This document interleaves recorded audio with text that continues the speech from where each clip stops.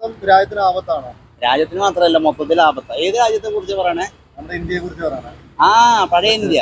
പഴയ ഇന്ത്യ അല്ല, ഇന്നത്തെ പുതിയ ഇന്ത്യ. പുതിയ ഇന്ത്യയിൽ ഇന്ത്യ ഒന്നല്ലല്ലോ. പുതിയ ഇന്ത്യയിൽ ഈ പറഞ്ഞ മതം വിഴുങ്ങി ആകെ അലമ്പാക്കിട്ടിരിക്കുന്ന ഒരു ഇന്ത്യയിലെ.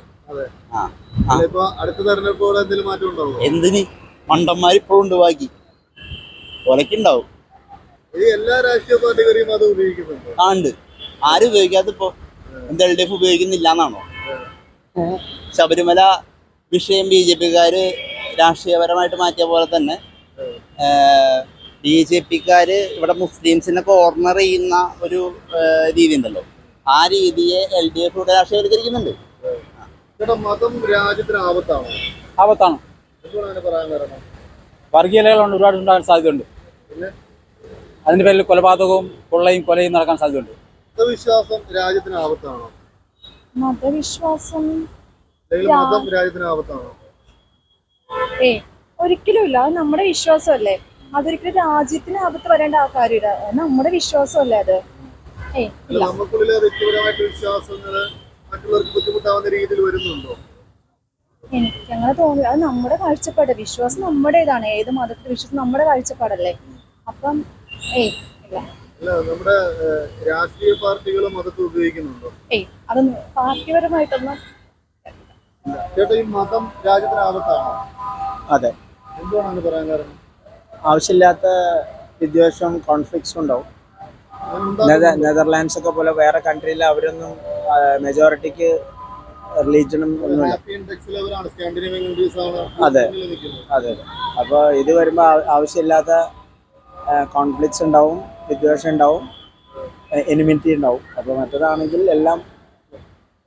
എല്ലാവരും ഒരേ ലെവലിലായിരിക്കും, ഒരേ ചിന്താഗതിയായിരിക്കും. കുറവ് ഭിന്നിപ്പുണ്ടാക്കുന്നുണ്ട്. കേരളത്തിലൊക്കെ കുറവാണ്, ബാക്കി സ്റ്റേറ്റ്സിലൊക്കെ കൂടുതലാണ്.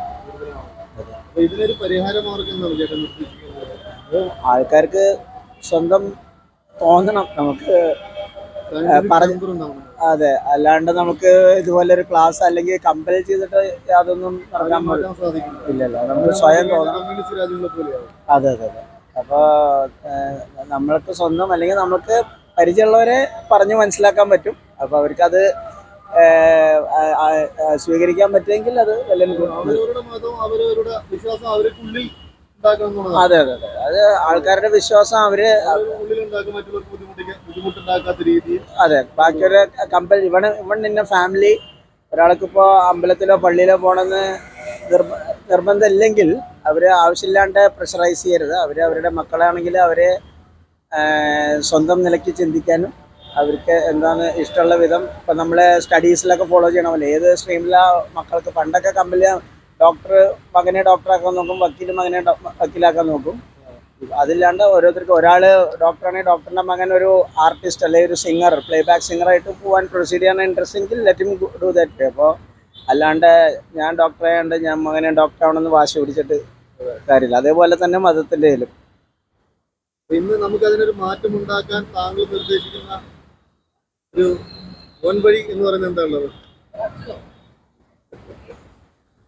ഇല്ല.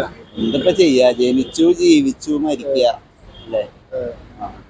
എന്തായാലും ഈ മതം രാജ്യത്തിന്റെ പുരോഗതി രാജ്യത്തിന്റെ അല്ല, ഈ മതം കൊണ്ട് മനുഷ്യർക്കൊന്നും ഒരു ഗുണമില്ല. ലോകത്തൊരു മനുഷ്യർക്ക് ഒരു മതം കൊണ്ട് ഗുണം ഉണ്ടായിട്ടുണ്ട്. പറ്റിച്ചിട്ട് മതം വെച്ച് പറ്റിച്ച് മനുഷ്യരുടെ കയ്യിൽ നിന്ന് അങ്ങോട്ട് ഭരിക്കാൻ സാധിക്കും. അങ്ങനെ രാജാവിന്റെ കീഴിലുള്ള പ്രജകളായിട്ട് മനുഷ്യരെ കൊണ്ടുനടന്നിട്ട് രാജാവിന് മാത്രം ഗുണമുള്ള ഒരു പരിപാടിയാണ് മതം. അതിൽ കൂടുതൽ മതം.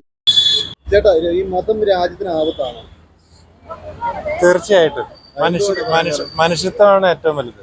മനുഷ്യത്വം എങ്ങനെ നശിക്കുന്നുണ്ടോ നമ്മുടെ രാജ്യത്ത്? ഉണ്ടെന്ന് തോന്നുന്നു. അല്ല, ഇനിയും ഇപ്പോ ഇലക്ഷൻ വന്നിരിക്കുകയാണ്.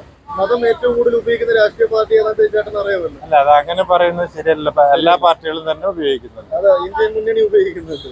എല്ലാവരും തന്നെ ഉപയോഗിക്കും. എല്ലാവർക്കും. കാരണം ഇത് വലിയൊരു എന്താ പറയാ, മതത്തിന്റെ പേരിൽ വോട്ട് നേടുക എന്നുള്ളത് ഈസി വേ ആയിട്ടാണ് കാണുന്നത്. ഒരു പരിധി വരെ അതിന്റെ പേരിൽ ബെനിഫിറ്റ് ഉണ്ടാക്കുന്നു. മതം രാജ്യത്തിന് ആപത്താണോ? മതം രാഷ്ട്രീയമായിട്ട് ഉപയോഗിക്കുമ്പോൾ രാജ്യത്തിനാപത്താണ്, കലർത്തുമ്പോൾ അതെ അത് ആപത്താണ്. അല്ലാതെ മതങ്ങൾക്കുള്ളിൽ ഭിന്നിപ്പുകൾ ഉണ്ടാവുന്നില്ല. രാഷ്ട്രീയമായി മുതലെടുക്കുക മാത്രമാണ് മതത്തിൽ ഭിന്നിപ്പുണ്ടാവുന്നത്. മിക്കവാറും അത് തന്നെയാണ് അത് തന്നെയാണ് ആ രീതിയിൽ വോട്ട് നേടാൻ ശ്രമിക്കുന്ന ആളുകൾ ശ്രമിക്കാതെ അത് അങ്ങനെ ആ രീതിയിൽ വോട്ട് നേടാൻ ശ്രമിക്കുന്നതുമാണ് രാജ്യത്തിന് ആപത്തായിട്ട് വരുന്നത്. അതിൽ എങ്ങനെയാണ് നമുക്കൊരു മോചനം ഉണ്ടാക്കാൻ സാധിക്കും? മോചനം ഉണ്ടാക്കുന്നത് എങ്ങനെയാണെന്ന് ചോദിച്ചാൽ എനിക്കിപ്പോൾ പറയാൻ സാധിക്കുന്നില്ല. അത് രാഷ്ട്രീയക്കാർ തന്നെ അത് ശ്രമിക്കണം അതിന് വേണ്ടിയിട്ട്. ഈ മതമില്ലാത്ത രാജ്യങ്ങളൊക്കെ സമാധാനത്തോടെ ജീവിക്കുന്നു. അത് പറയാൻ പറ്റത്തില്ല. അത് പറയാൻ പറ്റില്ല. മതം ഉള്ള രാജ്യവും സമാധാനമായിട്ട് ജീവിക്കാം.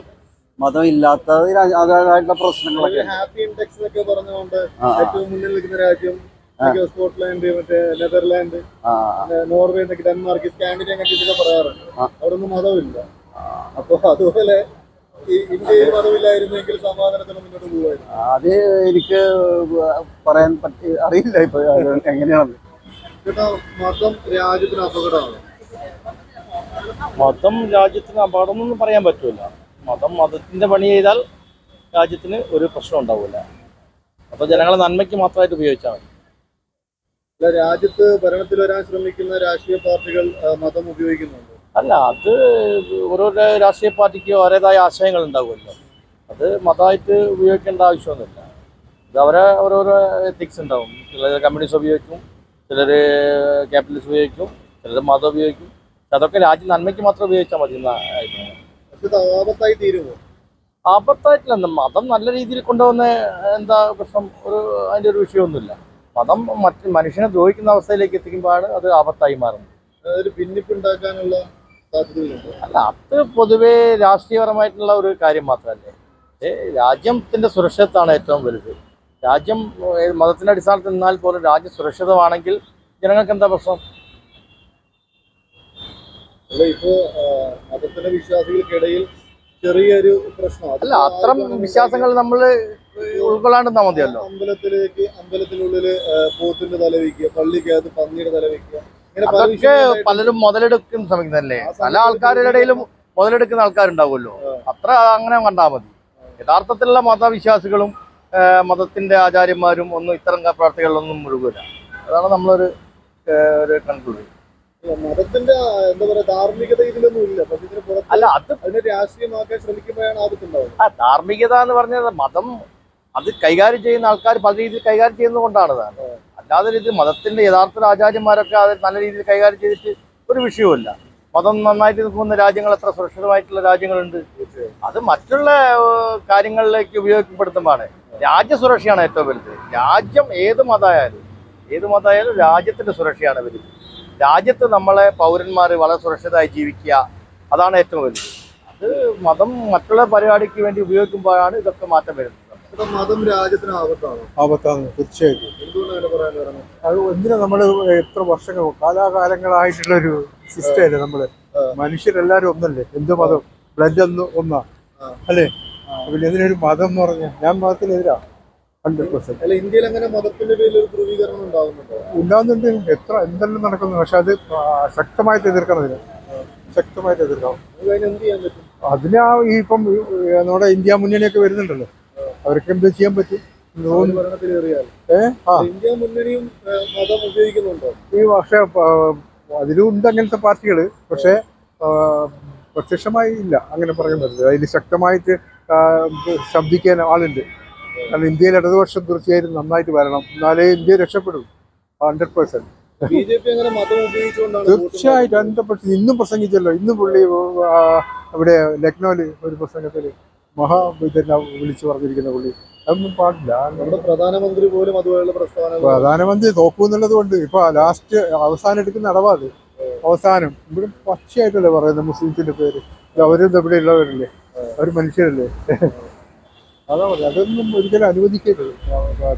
തീർച്ചയായിട്ടും ഈ ഭരണം മാറിയേ തീരൂ.